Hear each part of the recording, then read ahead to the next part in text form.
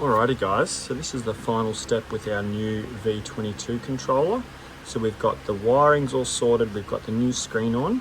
Just going to go ahead and flick our power on.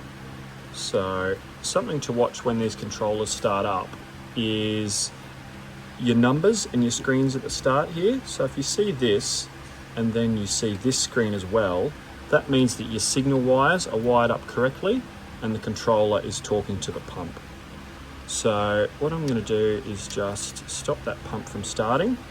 Now, one thing you won't see in this video is when you first turn the power on to these new controllers, it gives you a very basic setup menu for things like language and stuff like that. So I've already done this on this one.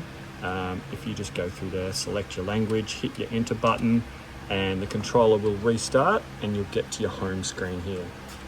So your home screen and your menu is all identical to the V16. So a couple of settings I'd just like to check before we start the pump. We'll scroll down into our menu here, hit enter. We want to go control parameters, and our password for that is the same as your V16, 001. So once we're in control parameters, we just want to have a look at things like control mode. If you're running your pump off a solar array, you want your control mode on MPPT. So we'll scroll down here. The next one to look at is max alarm value. Max alarm value is basically the maximum pressure that your pump will shut off at. So this number will be very individual to your specific pipeline and application. A basic rule of thumb for this one is whatever your maximum pressure is, when your pump is pumping to the furthest point, you want your max alarm 1 bar above that. So in this case, I'm going to go enter and set that down to 4 bar.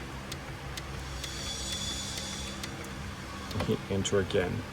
So if we keep going through this menu, what we'll get to next is set value. So set value is new for the V22 pumps, and set value is the pressure that your pump and controller will try to get to and maintain throughout the day. So if you imagine it's a bit like cruise control in your Toyota. So when your pressure reading is below the set value, the pump will be increasing its speed and trying to pump more. Once it hits the set value or it exceeds the set value, it will slow down slightly and just try and maintain that pressure. So in this case, we're going to set it down for 3 bar. Again, this number will be very individual to your setup. Again, a good rule of thumb is have your pump going full speed to the furthest point in your pipeline, get that pressure reading, and that should be around about what your set value is or slightly higher.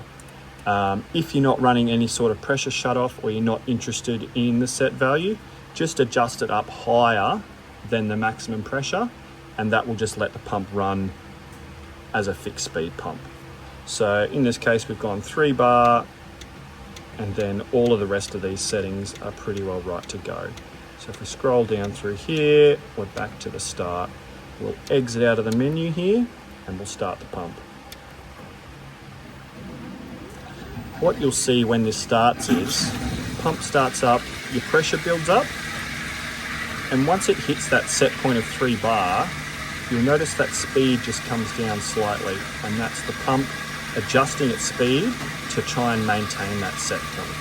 So again, if you want this a little higher or you want this a little lower, that's fine. You can just go back and adjust this in the settings. But that is basically everything you need to consider when doing your V22 upgrade.